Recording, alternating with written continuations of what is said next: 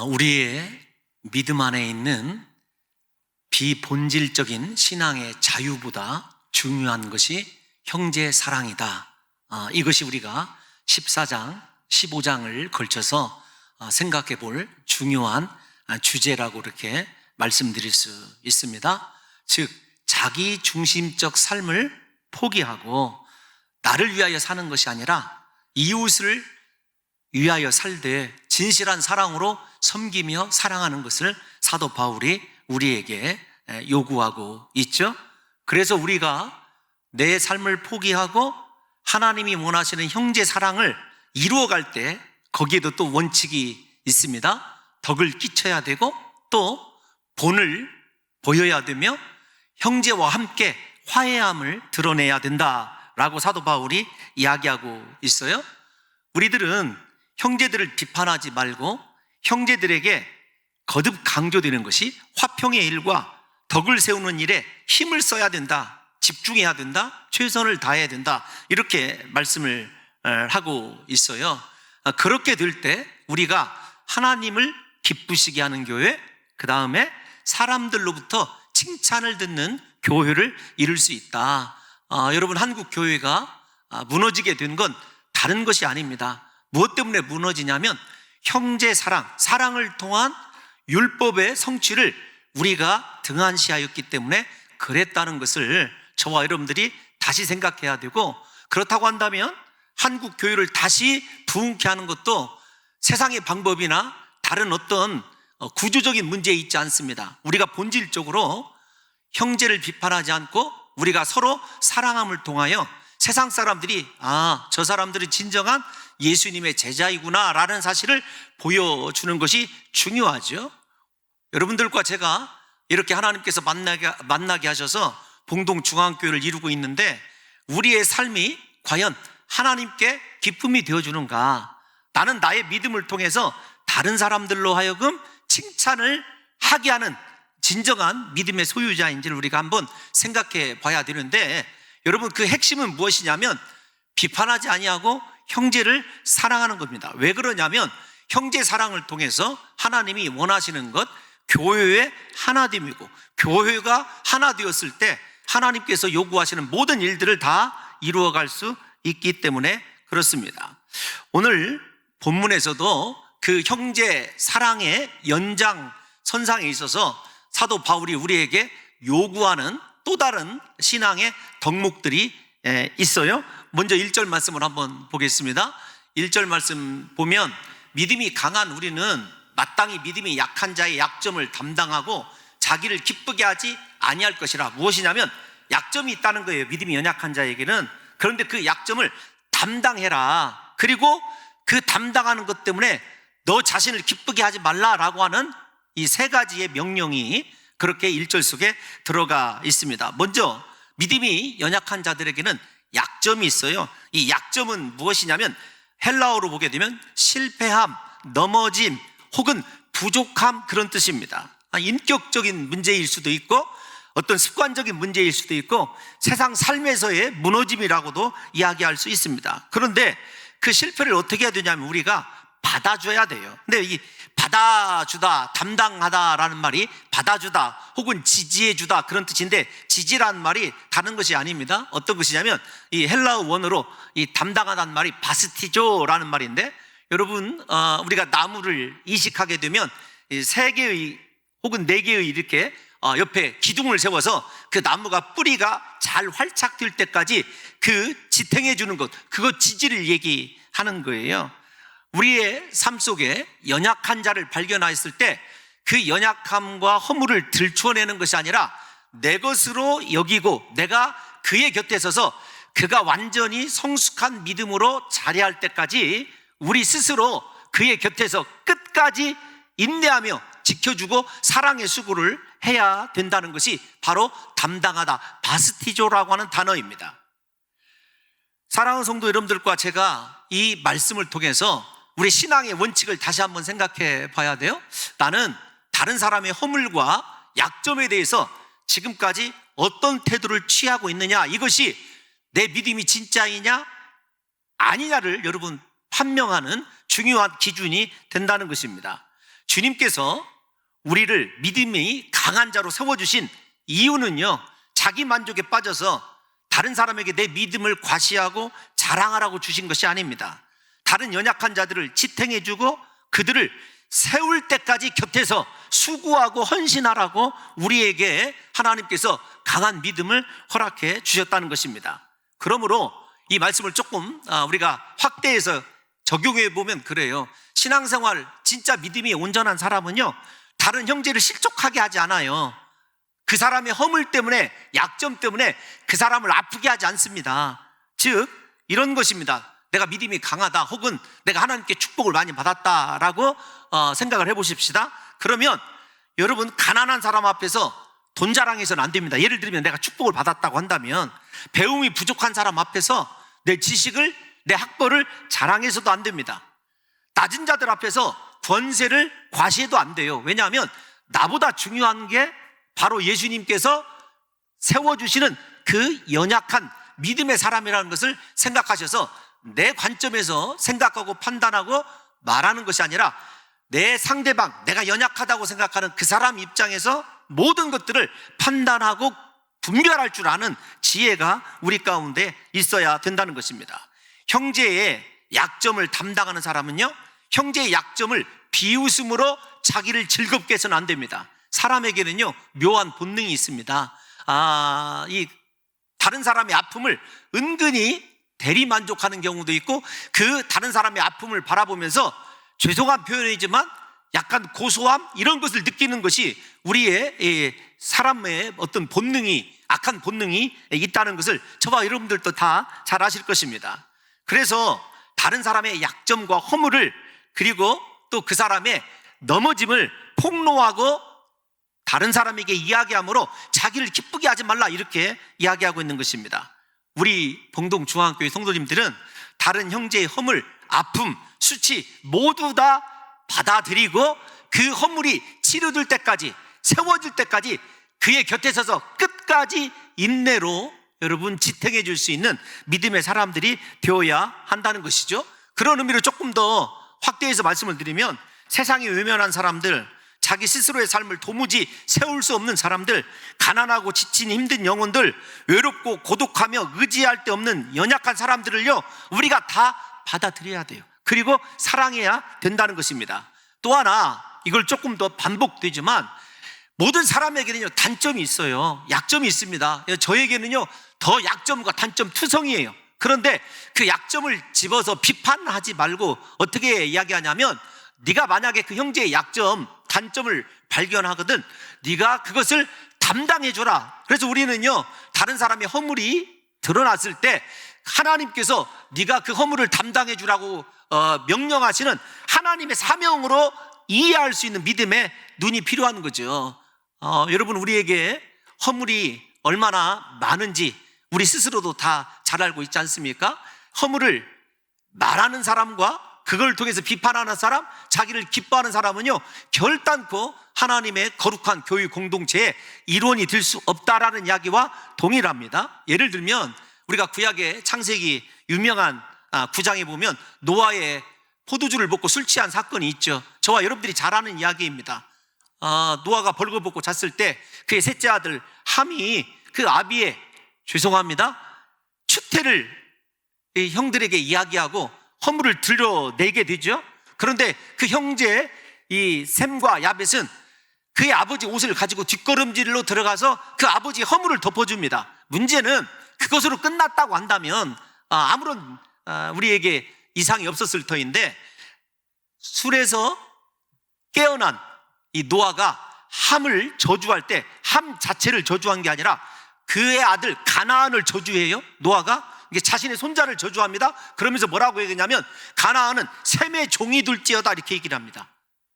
뿐만 아니라 함께 셈과 함께 아버지의 허물을 덮어줬던 야벳에게는요, 너는 창대하라, 이렇게 얘기합니다. 여러분 이렇게 생각해 보세요. 다스리는 주권자, 그 다음에 창대하게 되는 복을 누린 셈과 야벳, 저주를 받아서, 자기가 아니라 자기 자식이 저주를 받아서 영원토록 다른 사람의 종이 되어야 될 삶을 수여받게 된 함에 여러분 차이가 어디에 있었냐면, 허물을 덮어주고 허물을 덮어주지 않고 있었어요. 그러니까 우리에게 여러분 단순히 다른 사람의 약점과 허물을 덮어준다는 것은요, 그냥 믿음의 덕목 정도가 아닙니다. 우리의 삶과 신앙에서 나오는 진정한 축복에 여러분 분량을 그렇게 가늠할 수 있는 중요한 사건이에요. 구약적으로 볼 때 그런 것 아니겠습니까? 그러므로 저는 우리 사랑하는 성도 여러분들과 제가 다른 사람의 허물을 이야기하고 싶을 때마다 그러지 않습니까? 김 집사, 이 집사 이야기 들었어? 자기만 알고 있어야 돼? 우리 대부분 다 그렇게 살아가지 않아요? 다른 사람 이야기하면서 뒷담화하면서 얼마나 즐거워하고 시간 많이 허비하느냐고요. 그런데 그 자기 자신을 잠시 기쁘게 한 그 사건 때문에 만약에 우리에게 셈과 야벳 그리고 함에 내려졌던 하나님의 진노와 축복이 판가름 난다고 한다면 우리가 함부로 다른 사람의 허물을 이야기할 수 있겠느냐고요. 그러므로 우리 사랑하는 봉동중앙교회 성도들은요, 다른 사람의 약점, 허물, 넘어짐, 실패를 나의 실패로 알고 그가 하나님의 온전한 자녀로 성숙하고 자라갈 때까지 그의 곁에서요, 현재형이에요, 끝까지 한 번만이 아닙니다, 몇 번이라도 그 사람의 허물과 약점을 담당해 줄 수 있는 귀한 성도들 되시기를 예수님의 이름으로 축원합니다. 우리가 왜 그래야 되냐면 사실은요, 예수님이 우리에 대해서, 나에 대해서 그렇게 하셨기 때문에 그래요. 예수님은 십자가 위에서 우리의 모든 허물을 받아들이셨습니다. 우리의 죄악을 홀로 짊어지셨어요. 예수님은 우리의 약점을 대신 담당하신 거예요. 우리의 질고를 짊어지시고 슬픔을 대신해서 감당하셨습니다. 예수님의 십자가 은혜 때문에 우리의 모든 죄와 수치가 다 가리워졌지 않습니까? 십자가 은혜 때문에 우리의 수치와 치욕이, 부끄러움이 다 여러분 가리워졌어요. 주님께서 범죄한 아담과 하와에게 제일로 먼저 하신 일은 무엇입니까? 에덴 동산에서 그들의 수치와 부끄러움을 가리워주는 것이 에덴 동산에서 창조 이후에 하나님께서 버리신 첫 번째 사역이에요. 우리도 마찬가지입니다. 정말로 하나님의 자녀로 내가 믿음으로 온전케 예수님을 만났다, 그렇다고 한다면 우리에게 주어져 있는 우선순위의 첫 번째 사역은 다른 것이 아닙니다. 다른 사람의 허물과 약점, 수치와 부끄러움을요 덮어주고 담당해 줄 수 있는 주님의 옷자락이 되는 삶을 누가 살아야 되냐면 우리가 살아야 한다는 것입니다. 예수님은 이러한 십자가를 통해서 우리의 허물을 담당하셨을 때 자기를 기쁘게 하지 않았어요. 만약 예수님이 자기를 기쁘게 하셨다면요, 어떻게 우리를 대신해서 그렇게 수치와 벌거벗고 모욕당하고 십자가에 달리시는 그 고통을 감당할 수 있겠느냐고요. 누구를 기쁘시기 위해서 그랬냐면 하나님을 기쁘시기 위해서 그랬고, 자신의 사랑하는 자녀들인 우리를 기쁘시기 위해서 예수님께서는요 홀로 십자가 그렇게 담당하신 거예요. 그러므로 다른 사람의 허물을 담당하기 위해서 우리에게 필요한 것은 어떤 것이냐면 나를 생각하면 안 됩니다. 나를 기쁘게 하는 삶이 아니라 하나님을 기쁘시게 하고 다른 이웃의 유익을 구할 수 있는 신앙의 내 중심적 사고가 아니라 하나님 중심적 사고와 다른 사람을 사랑하는 사고의 대전환이 우리 가운데서 일어나야 한다는 것입니다. 우리 사랑하는 성도 여러분들과 저는요, 예수님을 본받아서 약한 자의 약점을 담당하고 그들의 허물을 끝까지 덮어줄 수 있는 믿음의 사람들이 되어야 한다는 거죠. 제가 여러 번 강조하는 말이 있습니다. 어떤 말이냐면 내게 있는 모든 것은요 특권이 아닙니다. 사명임을 잊지 말아야 돼요. 하나님을 사랑하는 사람은요 겸손하게 다른 사람을 섬기게 되어 있고, 하나님 사랑 안에 서 있는 사람은 내게 있는 것으로 다른 사람을 섬기게 되어 있습니다. 이런 의미를 볼 때 어떤 사람이 진짜 믿음이 강한 사람이냐, 오늘 본문에서 믿음이 강한 사람에 대해서 이야기하고 있지 않습니까? 헌금을 많이 하는 사람도, 기도를 많이 하는 사람도, 충성하고 봉사하는 사람도 아닙니다. 연약한 자들을 위하여 살아가는 사람이 진정으로 믿음이 강한 사람이고, 연약한 자들의 약점을 담당하고 예수님의 십자가 사랑으로 덮어주는 사람이 진짜 믿음의 사람이에요. 다시 좀 강조해서 말씀드리지만 예수님이 우리의 수치와 부끄러움을 가리워줬다고 한다면요, 우리에게 있는 첫 번째 사역이 어떤 것이 되어야 되냐면 우리 공동체의 허물, 우리와 함께 예배하는 우리 형제의 허물을 덮어줄 수 있는 사람이 되어야 한다는 것입니다. 그런데 우리가 그렇게 형제의 약점을 담당할 때 원칙이 있어요. 어떤 것이냐면 2절을 한번 보겠습니다. 원칙이 첫 번째, 우리 각 사람이 이웃을 기쁘게, 이웃의 유익을 추구해야 돼요. 그러니까 내 관점에서 그 사람을 회복시키려고 하고 그 사람을 세워주려고 하면 안 됩니다. 상대방의 입장에서 늘 생각해야 돼요. 그러려면 어떻게 되냐면 그 사람의 상태로 내가 낮아져야 돼요. 그 사람이 완전히 이해될 때까지 내게 그리스도의 사랑이 있어야 되죠. 뿐만 아니라 우리가 다른 사람의 유익을 추구하는 인생을 살기 위해서는요, 다시 거듭 강조하지만 우리 스스로가 철저히 부인이 되어져야 돼요. 내가 죽어지지 않고는 다른 사람의 유익을 구할 수 없어요. 왜냐하면 우리에게는요, 내 중심으로 생각하고 나를 먼저 생각하는 본능이 있어요. 내 위치, 내 자존심, 내 생각이 언제나 우선하기 때문에 다른 사람을 함부로 판단하고 함부로 때로는 멸시도 하고 우리가 정죄도 하는 것 아니겠습니까? 그래서 우리 사랑하는 성도 여러분들과 제가 분명히 나 자신이 예수 그리스도를 위하여 죽은 자 되었는가를 확인하게 되었을 때 자연적으로 이웃을 기쁘게 유익을 추구할 수 있고, 두 번째, 여러분 덕을 세우고 선을 이룰 수 있다는 거죠. 저 사실을 좀 우리가 살펴보기 위해서 우리의 지금 상태가 진짜 믿음의 상태가 어떤 상태이어야 하는지 사도 바울이 앞장에서 얘기를 했어요. 우리 14장 7절에서 8절 말씀 다 같이 한번 읽어보겠습니다. 시작. 우리 중에 누구든지 자기를 위하여 사는 자가 없고 자기를 위하여 죽는 자도 없도다. 잠깐만요. 진짜 믿음의 사람이라고 한다면요, 나를 위하여 사는 것, 나를 위하여 죽는 자가 없어야 돼요. 왜 그러냐면 우리가 예수님의 소유이기 때문인데 8절 말씀 읽어보겠습니다. 8절 시작. 우리가 살아도 주를 위하여 살고 죽어도 주를 위하여 죽나니 그러므로 사나 죽으나 우리가 주의 것이로다. 아멘. 사랑하는 성도 여러분, 진정한 믿음은 사는 것도 죽는 것도 자기를 위하여 하지 않습니다. 오직 그리스도의 소유로서 그리스도께서 원하시는 삶을 살아가게 되어 있는 거예요. 언제나 문제는 죽어지지 못한 내 자신입니다. 공동체가 문제가 생기는 것은요, 다른 사람 때문에 문제가 생기는 것이 아니에요. 여기 서 있는 홍 목사가 죽어져 있어서 삶과 죽음을 그리스도의 소유라는, 살아도 주님의 것이고 죽어도 주님의 것이라는 사실을 날마다 확인해야 되는데 그러지 못하기 때문에 공동체에 문제가 생기는 거죠. 만약에 문제가 생겼다고 한다면. 그래서 여러분, 다른 사람을 비판하고 다른 사람에게 이 모든 책임을 전가하기 전에 내가 과연 지금 살아도 주를 위하여 살고 죽어도 주를 위하여 죽는 진정으로 삶과 죽음까지도 하나님 손에 의탁한 믿음의 사람인지를 저와 여러분들이 날마다 확인해야 된다는 것입니다. 언제나 문제는 내 자신이 문제라는 사실을 아셔야 돼요. 내가 죽어지지 않으면 내가 문제거리예요. 우리의 가장 큰 적은 우리 안에 있는 내 자신임을 잊지 말아야 돼요. 그러기에 우리는 예수님의 십자가에 날마다 못 박혀 죽어야 되는 것입니다. 내가 죽어야 돼요. 그래서 사도 바울 같이 능력 있는 인생을 살다 가신 분도 뭐라고 고백하냐면 내가 날마다 죽노라예요. 사도 바울이 그렇게 능력 있는 인생을 살게 된 건 다른 데 있지 않습니까? 날마다 죽었을 때 하나님께서 그를 강하게 하셨고, 날마다 죽었을 때 그를 통하여 역사를 일으키신 것을 생각해 보십시오. 여러분, 우리 삶에 오늘날 왜 능력이 없어지는가? 왜 하나님의 살아계심이 나타나지 아니하느냐? 한 가지입니다. 내가 죽어지지 않기 때문에 그래요. 정말 내가 죽어지면은요, 내 안에 계신 예수님이 살아나게 되어 있어요.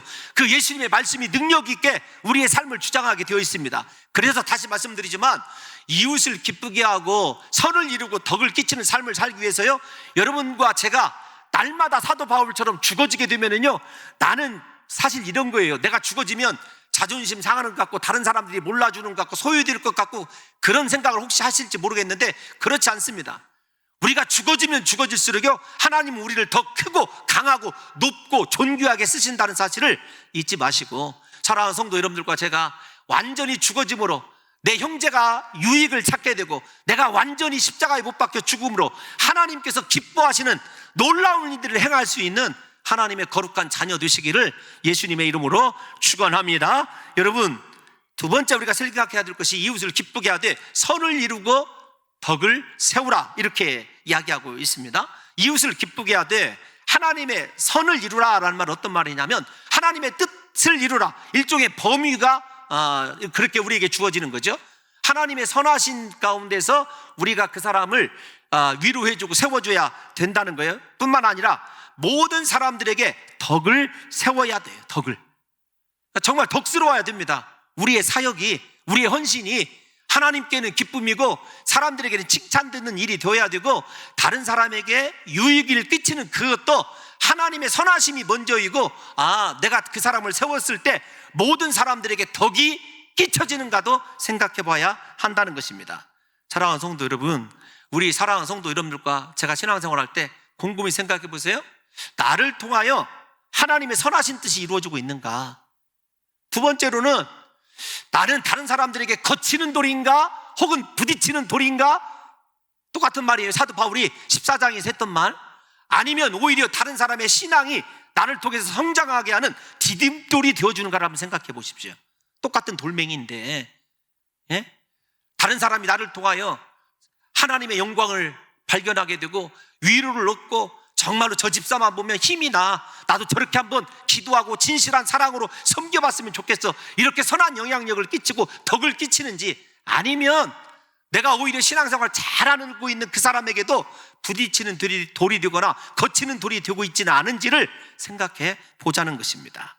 그러니까 우리에게 참 자기가 부인되지 아니하면은요, 이렇게 덕을 끼칠 수도 없고, 우리가 내가 아직도 살아있어서 말도 함부로 하게 되고 쉽게 판단하게 되고 쉽게 다른 사람 속으로 미워하고 정죄하는 것 다 내가 죽어지지 못한 때문이라는 사실은 저와 여러분들이 잘 알고 있어요. 부디 오늘 이 시간 이후부터는 예수님처럼 우리 스스로를 기쁘게 하지 말고 오로지 하나님의 영광과 이웃을 기쁘게 하는 삶 분명하게 살아낼 수 있는 신앙의 도전이 오늘 저와 여러분들에게 새로워지시기를 예수님의 이름으로 축원합니다. 3절 말씀을 보세요. 3절을 보면 예수님이 절대로 자기를 기쁘게 하지 않으셨대요. 모든 비방을 자기 자신에게 미치게 하신 분이 예수님 아니십니까? 예수님이 저렇게 우리를 구원하시기 위해서 십자가의 길을 걸으신 것을 생각해 보세요. 하나님을 기쁘시게 하고 그의 사랑하는 자녀인 우리를 기쁘시기 위해서 십자가의 고난을 담당했다고 말씀드렸지 않습니까? 원래 십자가는 누구에게 필요합니까? 필요한 것이었습니까? 죄인인 우리에게 필요한 것이지 예수님에게 필요한 것이 아니었어요. 죄인인 우리의 십자가를 예수님께서 가져가다가 져주신 거죠. 이게 담당입니다. 다시 말씀드리지만 형제의 허물이요, 사실은 내가 예수님이 아니라면 나와 아무런 상관이 없는 거예요. 그러나 예수님께서 나를 그렇게 구원해 주셨기 때문에 내가 형제의 십자가, 형제의 허물, 약점을 내 짐으로 짊어질 수 있는 그 사람이 진짜 믿음이 강한 사람이고, 이 시대에 하나님이 우리에게 찾으시는 그 사람이라는 것입니다. 사랑하는 성도 여러분, 이런 관점에서 조금 더 생각을 해보십시다. 우리가 형제를 기쁘게 할 것이 무엇이 있겠습니까? 세상의 것으로 그 사람들 기쁘게 할 수 있을까요? 예, 잠시는 기쁘게 할 수 있어요. 함께 먹고 마시며 잠시는 즐거움도 줄 수 있고 위로도 줄 수 있어요. 그러나 진짜 그 사람에게 필요한 건요, 우리의 모든 짐을 지어주신 예수님 아니겠느냐고요. 우리의 삶의 신앙의 본을 통해서 예수 그리스도를 그분이 소유할 수 있도록 신앙의 덕을 끼쳐야 되는 것 아닙니까? 그래서 그의 죄가 다 사함받고 죄로부터 자유하게 되고 하나님과 깊은 영적인 교제를 이루어서 예수님의 제자 되게 하는 것, 그것보다 이웃에게 유익이 무엇이 있으며 기쁨이 무엇이 있겠느냐고요. 사랑하는 성도 여러분들과 제가 다른 사람들에게 줄 수 있는 것 물질도 아닙니다. 사실은요, 배려나 관심보다도 내 안에 계신 예수님을 주기 위해서는요, 내가 선을 이루고 덕을 끼치는 삶을 살아야 돼요. 선한 영향력이 믿음에 있어야 되죠. 다시 말씀을 드리지만 여러분들을 바라보면서 믿지 않는 형제들이 예수 믿기를 결단하고, 여러분들을 바라보면서요 넘어져가던 우리 형제가 일어나서 다시 힘을 얻게 되고, 우리 안에 계신 예수님 때문에 믿지 않는 자들도 예수님의 살아계심을 볼 수 있을 정도의 믿음의 선한 영향력을 끼칠 수 있는 우리 믿음의 사람들이 다 되시기를 예수님의 이름으로 축원합니다. 여러분, 또 하나 우리가 본문 4절을 보면 이렇게 다른 사람에게 선을 이루고 덕을 끼쳐주는 삶은요 단번에 이루어지지 않아요. 얼마나 많은 시간과 정성이 필요하고 내 자신이 죽어져야 되는지 지금까지 말씀드렸습니다. 그래서 필요한 것이 있어요. 어떤 것이냐면 첫 번째, 인내가 필요합니다. 인내. 두 번째 필요한 것은 무엇이냐면 사람의 위로와 사람의 인정이 아니라 성경 말씀에서, 하나님의 말씀에서 위로를 얻는 것이 필요해요. 그러니까 저 두 가지를 살펴보게 되면 우리가 인내가 얼마나 중요한 덕목인지를 야고보서를 보면 알게 돼요. 야고보서 1장 4절 한번 읽어볼까요? 일단 시작. 인내를 온전히 이루라. 이는 너희로 온전하고 구비하여 조금도 부족함이 없게 하려 함이라. 저 말씀을 제가 좀 직역해보면 인내를 끝까지 이루라는 거예요. 끝까지. 한 번만 참지 말고, 예수님께서 70번씩 7번이라도 용서하라고 무한대로 용서하라고 한 것처럼요, 우리에게 온전히 끝까지 인내할 수 있는 믿음이 필요합니다. 저는 그 믿음의 징표가 무엇이냐고 묻는다면요, 아무런 주저 없이 인내하는 사람 이렇게 얘기합니다. 하나님을 신뢰하는 사람은요 끝까지 인내하게 되어 있거든요. 그런데 그렇게 인내하면 무엇이 되냐면 우리가 온전해져요. 하나님의 온전함에 이를 수 있습니다. 모든 것이 잘 구비되어 준비되어 있어요. 어떤 상황에서도요 당황하지 않아요. 뿐만 아니라 조금도 부족함이 없는 삶을 살게 돼요. 여호와는 나의 목자시니 내게 부족함이 없으리로다. 그러한 삶이 어디에서 이루어지냐면 하나님을 신뢰하고 인내하기 때문에 이루어지는 거예요. 여러분, 특별히 인내가 어디에 대해서 필요합니까? 인내가 어디에 필요할 거라고 생각이 되어지세요? 시련과 고난 앞에서 인내하는 것 물론 필요하죠. 그런데 제가 짧은 세월이라고 하면 짧은 세월인데 목회하면서 인내가 가장 필요한 것은요, 사람에 대해서 인내가 필요하더라고요. 정말 인내가 필요해요. 제가 여러분들에게 언젠가도 말씀을 드렸습니다만은 이게 자녀를 키워보면 우리 제 바닥이 드러나더라고요.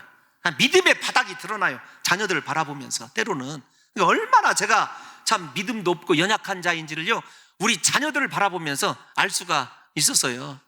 제가 자주 얘기를 드리면 안 되지만 그래도 제가 감동받은 데가 있었어요. 저는 아니고요. 저희 아들이 신학을 하기 전에 이제 외국 이렇게 대사관에 이제 근무하러 이렇게 취직이 돼서 가게 됐어요. 이제 공무원이 된 거예요. 가기 전날 저녁에 자기 엄마 손을 잡고 그렇게 얘기하더라고요. 엄마, 지금까지 믿어줘서 고마워. 여러분, 저는 그러지 못했어요. 솔직히 말씀드리는 거예요. 우리가 사랑하는 성도 여러분들과 제가 곰곰이 좀 생각을 해보자고요.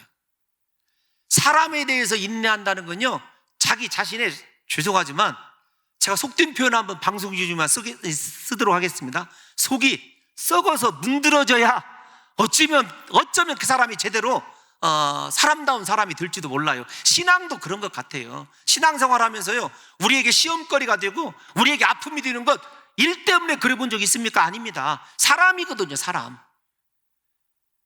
그래서 그 사람의 약점을 담당하고 내 짐으로 알고 견디고 그 안에서 역사하실 하나님의 섭리를 기대하는 것은요 보통 인내 없이는 어려운 거죠.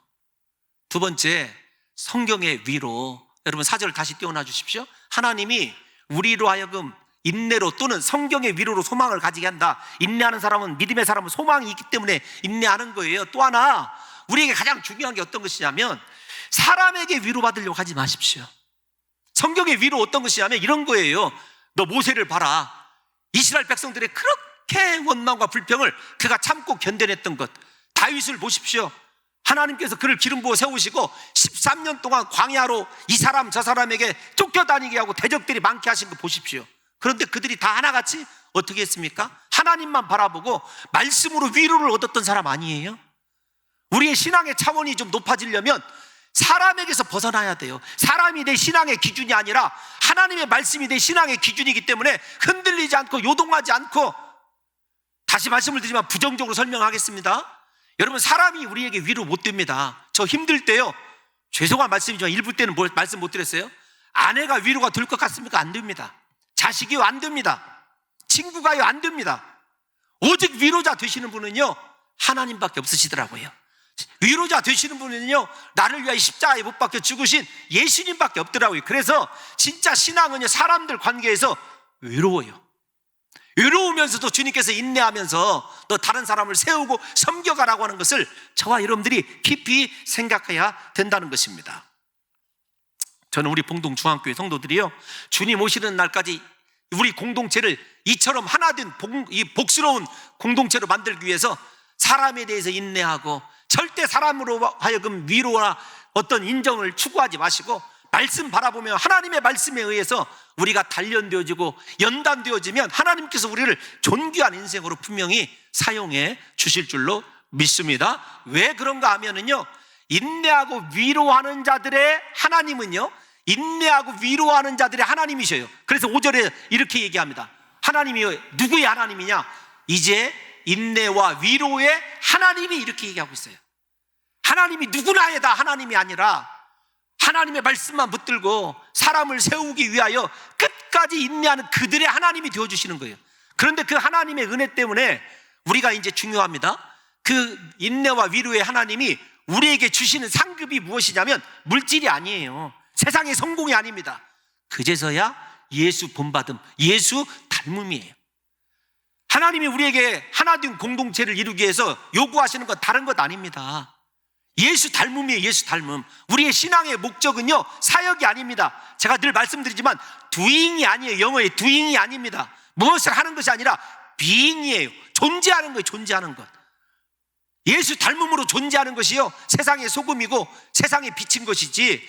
여러분, 우리가 어떤 교회가 구제사업 많이 하고 사회봉사 많이 하고 그런 거 필요할 수도 있죠. 그러나 그런 것으로 세상을 변화시키지 못한다니까요. 내가 예수 닮은 사람으로 존재하게 될 때 세상이 하나님의 영광을 보게 되고, 아, 정말로 하나님을, 살아계신 하나님으로 인정하게 되고 사람들이 칭찬하는 것 아니냐고요.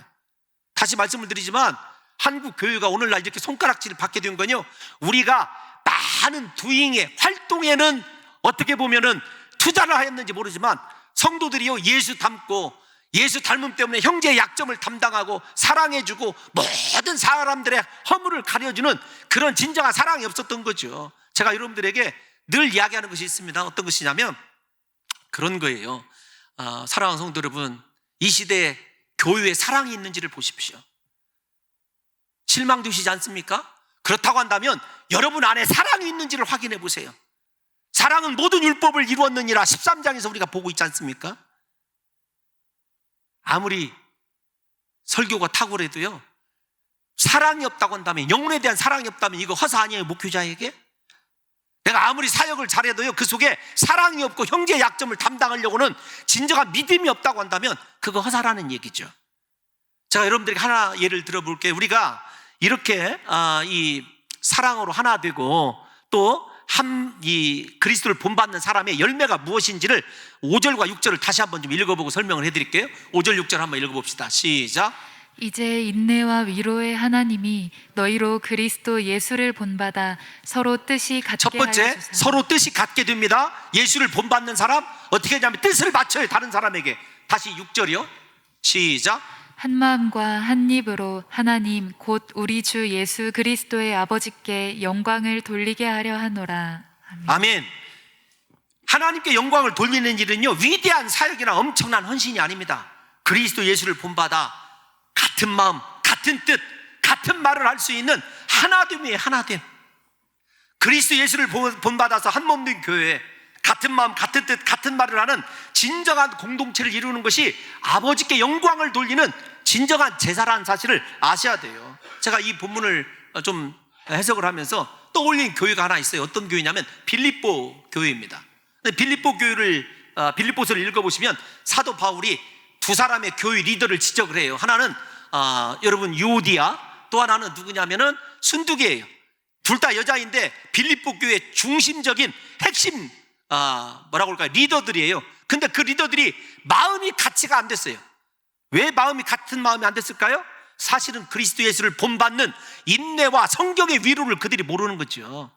그리스도 예수를 본받지 못했기 때문에 그래요. 그래서 사도 바울이 빌립보서 4장 2절을 보면 이렇게 얘기합니다. 시작. 내가 유오디아를 권하고 순두개를 권하노니 주 안에서 같은 마음을 품으라. 아멘. 아멘. 다른 사역을 권면한 것이 아니에요. 내가 정말로 애걸하고 복걸한다. 같은 마음을, 예수 안에서 같은 마음을 품으라는 거예요. 사람들의 생각으로는 같은 마음을 품을 수 없으니까 너희들 주 안에 있다고 한다면 같은 마음을 품으라는 것입니다. 사실은 빌립보서에 같은 마음을 품으라는 것이요, 얼마나 많이 등장하는지 몰라요. 저 두 사람 때문이라고 저는 생각이 되어집니다. 빌립보서 2장 2절에서 5절까지 다시 한 절씩 읽어볼게요. 시작. 마음을 같이하여 같은 사랑을 가지고 뜻을 합하며 한 마음을 품어 아무 일에든지 다툼이나 허영으로 하지 말고 오직 겸손한 마음으로 각각 자기보다 남을 낮게 여기고 각각 자기 일을 돌볼 뿐더러 또한 각각 다른 사람들의 일을 돌보아 나의 기쁨을 충만하게 하라. 너희 안에 이 마음을 품으라. 곧 그리스도 예수의 마음이니. 아멘. 할렐루야. 같은 마음을 품어야 되고 정말로 예수 그리스도를 본받고 예수 안에 있는 사람이라고 한다면은요, 같은 마음, 같은 생각, 같은 말을 가지고 하나님의 영광 돌리는 일이 무엇인지를 고민해 봐야 되는 것 아니겠습니까? 만약에 여러분들이 비평하고 비판하는 것이 하나님의 영광이라고 한다면은요, 같은 뜻, 같은 마음 안 가져도 돼요. 그러나 정말로 여러분의 삶에 추구하는 것이 하나님의 영광이고 그리스도 예수를 닮은 삶으로 존재하는 거라고 한다면요, 우리가 같은 뜻, 같은 마음, 같은 말을 할 수 있는 신앙의 공동체, 교회를 이루어가는 것이 먼저 선행되어야 된다니까요. 그 사람들보다 중요한 것이 없다는 거지요. 이제 마지막 7절 한 번만 읽어보겠습니다. 이렇게 한 마음을 품기 위해서 필요한 것이 무엇이냐? 7절 시작. 그러므로 그리스도께서 우리를 받아 하나님께 영광을 돌리심과 같이 너희도 서로 받으라.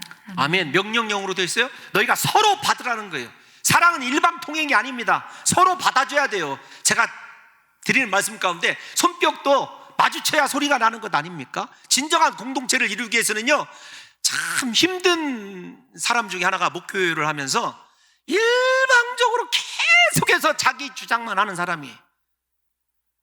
한 번도 상담하러 온 사람이 내가 잘못돼서 라고 하는 것을 제가 들어본 적이 없어요. 저도 어떤 목사님을 본받아서 우리 성도들이 불만 노트를 하나 만들어 놓을까 이렇게 생각 중이에요. 그래서 제가 이렇게 불만 있는 걸 이렇게 다 적어 드릴게요. 불만 노트를 기록해 볼까 이렇게 생각한 적도 있었어요. 지금은 그런 성도가 없지요. 근데 여러분 생각해 보세요. 7절 말씀이 명령형으로 기록되어 있다는 것을 보면 서로 받아들이는 것이 얼마나 어려운 일인지를 알 수 있을 거예요. 내가 정말로 미워하는 그 사람 받아들이는 거 어렵더라고요. 저도 어려워요. 저도 너무도 어렵습니다. 여기 받으란 말은 용납하고 접수하다 그런 말이에요. 예수님께서 죄인된 우리를 받으셨다 그 말입니다. 그런데 보십시오. 그러므로 그리스도께서 우리를 받으셨다 너희도 서로 받으라. 받으란 말이 두 번 강조되고 있잖아요. 예수님께서 죄인된 우리를 무조건적으로 받아주셨잖아요. 우리가 얼마나 악한 존재인지 우리 스스로 잘 알고 있지 않습니까? 그런데도 받아주셨어요. 그렇다고 한다면 너 그 사람을 받아줘라. 또 그 사람도 받아줘야 된다고, 서로 받아줘야 된다는 거죠. 그런데 받아주신 것이요 무엇이냐면 하나님께 영광을 돌리셨어요. 이게 중요한 말입니다. 이게 제사적인 예배적인 용어인데, 여러분 하나님의 영광이 죄인된 우리를 받으시고 용납하신 것을 통해서 드러났어요. 예수님께서 하나님께 무엇으로 영광 돌리셨냐면 중풍병자를 고치고 오병이어의 기적을 일으키고, 물론 그런 사역들도 영광일 수 있지만 그런 것이 아닙니다. 가장 큰 영광은 어떤 거냐면 죄인된 우리를 받으신 것이요, 하나님께서 예수님께 받으신 가장 큰 영광이었어요. 주님이 우리에게도 원하시는 영광은 다른 것 아닙니다. 똑같이 반복되지만 사역이 아니에요. 다른 사람을 받아들이는 것이 영광이에요. 그런데 이 영광이라고 하는 단어는요, 어느 때 쓰여지는 단어냐면 이게 좀 신학적으로 까다로운데, 예배를 드렸을 때 예배 가운데 임재하시는 하나님의 영광, 이걸 얘기해요. 그러니까 이 말을 확대해서 얘기하면 그런 거예요. 너 진정한 예배자가 되고 싶으냐? 그 사람을 받으라, 그 뜻이에요. 다른 사람을 받는 것이 진정한 예배예요. 하나님이 영광 받으시는 예배입니다. 다른 사람을 용서하는 것이요 예배 중에 예배예요. 그래서 예수님께서 너 제물을 드리러 제단에 왔다가 형제와 불화한 일이 생각나거든 제물을 제단에 놓고 먼저 가서 형제와 화해하라고 한 이유가 여기 있어요. 사랑하는 성도 여러분, 저와 여러분들이 정말로 입술로만 하나님의 영광, 나는 참된 예배자가 되기를 원해, 그렇게 하지 마시고요, 진정한 예배를 통해서 하나님의 영광을 돌리시기를 원하시거든요. 지금부터라도 사랑하는 성도 여러분들과 제가 모든 사람을 용납하고 신앙 안에서 선을 이루고 덕을 세우는 범위 안에서 그들을 받아주시고 그들에게 예수 그리스도의 십자가 사랑을 베푸심으로 말미암아 우리의 삶이 예배가 되고 영광이 되는 놀라운 역사를 날마다 경험해 가시기를 예수님의 이름으로 축원합니다.